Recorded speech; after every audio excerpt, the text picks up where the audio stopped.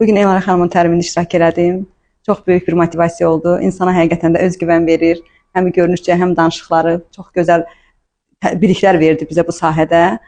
Çox razı qaldım. Yəni bir dəfə elə bil ki, bir illik bilik əldə elədim. Çox minnətdaram belə gözəl tədbirlər təşkil elədiyinə görə.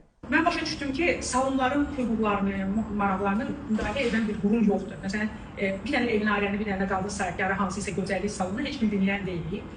Bu səbəbdən də o zaman qərar verdim ki, gözəllik xidmət sahəsində sahibkarlar idarəsi ictimai birliyi açacaq. Və mən hardasa 2 aya yaxın böyük bir beynəlxalq təlimdən keçdim.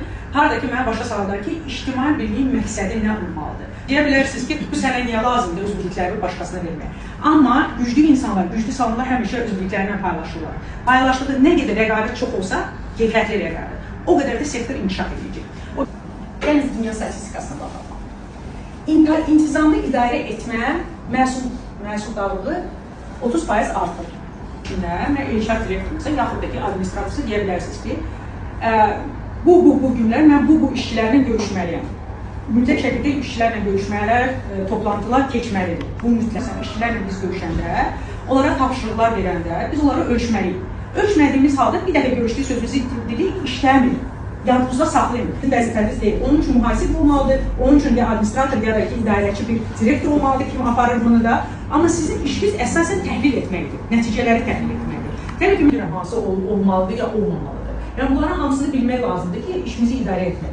Yəni plan çox önəmlidir və intizamlı idarə etmək. Və beləliklə o saatlar olur, həmişə də olur.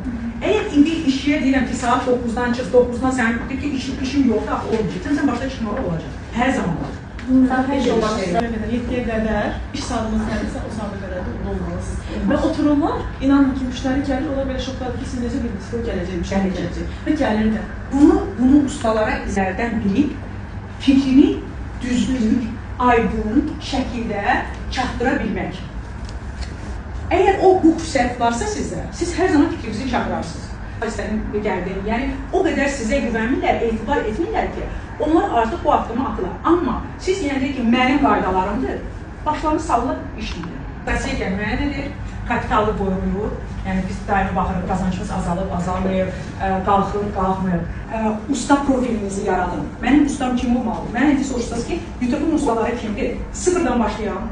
Mənə müştəri bazası olan lazım deyil. İşiniz olmasa, siz sahibkar deyilsiniz. Komanda ilə işləməyi öyrənin.